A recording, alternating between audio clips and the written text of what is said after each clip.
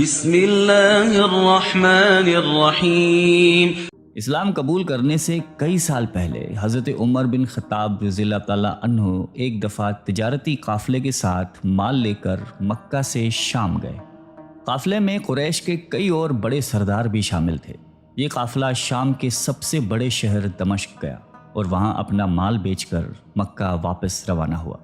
تھوڑا سا فاصلہ طے کرنے پر حضرت عمر کو یاد آیا کہ ان کی ایک رشتہ دار خاتون نے انہیں کچھ سونا دیا تھا کہ اسے بیچ کر اس کے لیے کچھ کپڑے وغیرہ لیتے آئیں۔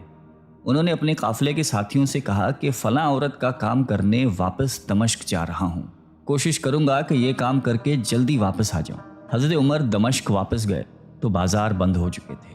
مجبوراً وہ ایک مسافر خانے میں ٹھہرے اور سو گئے۔ تھوڑی دیر کے بعد اللہ کا ایک بندہ مسافر خانے میں آیا۔ اس نے حضرت عمر کو جگایا اور اپنے ساتھ اپنے گھر لے آیا۔ یہ بات واضح نہیں تھی کہ وہ شخص حضرت عمر کو پہلے سے جانتا تھا یا ان کے والد خطاب سے ان کی واقفیت تھی۔ انہوں نے حضرت عمر کی بڑی خاطر و مدارت کی۔ کھانا کھا کر تو وہ سو گئے اور ان کا میزبان رات بھر عبادت کرتا رہا۔ صبح کو حضرت عمر بیدار ہوئے تو ان کے میزبان نے کہا کہ اکیلے بازار مت جانا، بازار میں لٹیرے اکثر مسافروں کو لوٹتے رہتے ہیں، میرے ساتھ چلنا۔ یہ کہہ کر وہ سو گیا کیونکہ رات بھر جاگ رہا تھا۔ حضرت عمر نے اسے جگانا مناسب نہیں سمجھا اور اکیلے ہی بازار چلے گئے۔ ابھی بازار کھلا بھی نہیں تھا، وہ بازار کھلنے کا انتظار کرنے لگے۔ کچھ دیر کے بعد ایک عیسائی پادری اپنے نوکروں کے ساتھ آیا اور حضرت عمر کی طرف اشارہ کر کے اپنے نوکروں کو حکم دیا کہ اس شخص کو پکڑ لو، یہ گرجے کا کام بہت اچھی طرح سے کر لے گا۔ اس زمانے میں حضرت عمر بڑے تنومند پہلوان تھے۔ پادری کے نوکروں نے اس کو پکڑ لیا اور ایک پرانے گرجے میں لے گئے۔ پادری نے اس کو ایک ہتھوڑا دیا اور اس کو گرجے کی ایک دیوار توڑنے پر لگا دیا۔ ایسا معلوم ہوتا تھا کہ وہ اس جگہ پر ایک نیا گرجا بنوانا چاہتا تھا۔ حضرت عمر دن بھر کام کرتے رہے۔ کہیں شام کو جا کر چھٹی ملی، وہ تھکے ہارے واپس مسافر خانے میں آ کر بیٹھ گئے۔ پہلے ہی دن والا نیک آدمی پھر آیا اور اس نے پوچھا کہ آپ کدھر چلے گئے تھے؟ حضرت عمر نے اسے سارا قصہ بتا دیا۔ وہ شخص آج بھی ان کو اپنے گھر لے گیا اور ان کی بڑی خاطر و مدارت کی اور انہیں تاکید کی کہ کل بازار جاتے وقت مجھے ساتھ لے جانا۔ اس کے بعد وہ عبادت میں مشغول ہو گیا اور حضرت عمر سو گئے۔ دوسرے دن حضرت عمر بیدار ہوئے تو اپنے نیک میزبان کو سوتے پایا۔ انہوں نے اب کی بار بھی اس کو جگانا مناسب نہیں سمجھا اور اکیلے ہی بازار چلے گئے۔ اتفاق سے پھر وہی پادری اپنے نوکروں کے ساتھ آیا اور حضرت عمر کو پکڑ کر ساتھ لے گیا۔ ان کو غصہ تو بہت آیا، لیکن کیا کرتے، غیر ملک میں وہ اکیلے تھے اور کوئی ہتھیار بھی پاس نہیں تھا۔ دوسری طرف پادری کے ساتھ 7-8 نوکر تھے اور وہ سب ہتھیار بند تھے۔ پہلے دن کی طرح ہی حضرت عمر ہتھوڑے کے ساتھ گرجے کی دیوار توڑتے رہے۔ جب دھوپ تیز ہوئی تو پادری اور اس کے نوکر انہیں کام میں مشغول دیکھ کر چلے گئے اور حضرت عمر دیوار کے سائے میں دم لینے کے لیے بیٹھ گئے۔ اتنے میں وہ پادری گھوڑے پر سوار چپکے سے آیا اور حضرت عمر کے سر پہ ضرب لگائی اور کہا کہ ہم سب گھر گئے تو نے کام ہی چھوڑ دیا۔ اب حضرت عمر کو صبر کی تاب نہ رہی۔ انہوں نے ادھر ادھر نظر دوڑائی، ہر طرف سناٹا تھا۔ انہوں نے پادری کو گھوڑے سے کھینچ کر نیچے کر لیا اور اس کے سر پر ہتھوڑے مارنا شروع کر دیے۔ وہ بہت چیخا چلایا لیکن اس کی مدد کے لیے کوئی نہیں پہنچا۔ حضرت عمر نے ٹوٹی ہوئی دیوار کا ایک بھاری ٹکڑا اٹھا کر اس کے سر پہ دے مارا۔ وہ پہلے ہی زخمی تھا، اب اس نے دم دے دیا۔ اس کو مرتے دیکھ کر حضرت عمر تیزی سے بھاگ کھڑے ہوئے اور جس راستے سے دمشق آئے تھے وہ راستہ چھوڑ کر ایک دوسرے راستے پر چل پڑے۔ شہر سے کافی دور انہیں ایک خچر پر سوار رومی ملا جو روم سے تعلق رکھتا تھا۔ وہ ان کے ساتھ چلنے لگا۔ وہ کچھ باتیں کرنے لگا لیکن نہ حضرت عمر ان کی زبان سمجھتے تھے اور نہ وہ ان کی زبان سمجھتا تھا۔ اس نے یکایک اپنی تلوار پر ہاتھ ڈالا۔ حضرت عمر سمجھ گئے کہ وہ ان پر وار کرنا چاہتا ہے۔ انہوں نے فوراً ہی خچر سے اسے کھینچ لیا اور اس سے تلوار چھین کر ایک ہی وار میں اس کا کام تمام کر دیا۔ پھر آپ خچر پہ سوار ہو کر آگے چلے۔ اس کے بعد کیا ہوا اس کا حال خود حضرت عمر نے اس طرح بیان کیا ہے کہ اس جگہ سے روانہ ہو کر میں ایک گرجے پہنچا۔ یہاں عیسائیوں کی ایک جماعت رہتی تھی۔ میں گرجے کے اندر داخل ہوا تو گرجے میں رہنے والے سب لوگ میرے ارد گرد جمع ہو گئے اور مجھ سے میرے حالات کے بارے میں پوچھنے لگے۔ پھر وہ اپنے پادری کے پاس مجھے لے گئے۔ پادری مجھے نہایت غور سے دیکھنے لگا اور اس کے بعد کہنے لگا کہ ایسا معلوم ہوتا ہے کہ تمہیں کسی چیز کا خوف ہے۔ میں نے کہا کہ تم نے کیسے اندازہ لگا لیا کہ مجھے کسی چیز کا خوف ہے؟ اس نے میرے سوال کو ٹال دیا اور کہا کہ آپ جب تک چاہیں یہاں ٹھہریں، آپ کو یہاں کسی قسم کا کوئی خطرہ نہیں، آپ ہماری حفاظت میں ہیں۔ پھر اس پادری نے مجھے اپنے گھر میں مہمان کی طرح رکھا اور میری نہایتی خاطر و مدارت کی، اور پھر پوچھا کہ آپ کون ہیں؟ میں نے اسے بتایا کہ میں مکے کا رہنے والا ہوں اور قبیلہ قریش سے تعلق رکھتا ہوں۔ تجارتی قافلے کے ساتھ شام آیا تھا۔ تجارت کا مال بیچنے کے بعد ایک ضروری کام کے لیے مجھے اپنے قافلے سے جدا ہو کر واپس دمشق جانا پڑا۔ اب میں اپنے وطن واپس جا رہا ہوں اور راستہ بھٹک کر یہاں آ نکلا ہوں۔ پادری مجھے غور سے دیکھتا رہا اور بار بار طرح طرح کے سوال کرتا رہا۔ میں نے ان کے ہاں نہایتی آرام سے رات بسر کی۔ صبح کو آپ نے پوچھا کہ آپ کا ارادہ یہاں ٹھہرنے کا ہے یا آگے جانے کا؟ میں نے کہا کہ اب میں آپ سے رخصت ہونا چاہوں گا۔ یہ سن کر پادری نے اپنا ایک شاندار گدھا جو بڑا خوبصورت اور نہایتی تیز رفتار تھا لے آیا۔ اس گدھے کی پیٹھ پر کھانے کی مزیدار چیزیں اور قیمتی تحفے بھرے ہوئے تھے، اور پھر کہنے لگا کہ آپ اس گدھے پر سوار ہو جائیں اور چل پڑیں۔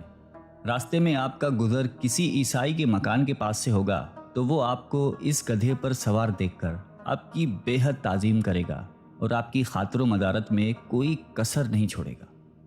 یہ کہہ کر پادری نے میرا ہاتھ پکڑا اور تنہائی میں لے کر کہنے لگا کہ اے عمر، آپ پر میرا حق واجب ہو گیا۔ میں نے کہا بے شک۔ اس نے کہا آپ کا تعلق ایک معزز قوم سے ہے، میری آپ سے ایک غرض ہے۔ میں نے کہا کہ آپ بیان کر لیں، لیکن حیرت کی بات ہے کہ آپ جیسا بڑا آدمی مجھ جیسے پریشان حال مسافر سے کوئی غرض رکھتا ہو۔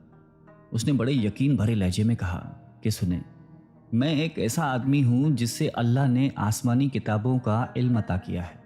میں نے آپ کی ذات میں بہت سی ایسی نشانیاں دیکھی ہیں جو یہ ظاہر کرتی ہیں کہ جب ایک مقررہ مدت پوری ہو جائے گی تو حالات میں زبردست تبدیلی آئے گی۔ اس وقت آپ ہمارے ملک کے حاکم بن جائیں گے اور یہاں کے سب شہروں میں آپ ہی کا حکم چلے گا۔ اس کے بعد پادری نے اپنی جیب سے دوات، قلم اور کاغذ نکال کر کہا کہ میری غرض یہ ہے کہ آپ اس کاغذ پر لکھ دیں کہ اس گرجے اور اس کی جائیداد پر کسی قسم کا کوئی موصول لاگو نہیں کیا جائے گا۔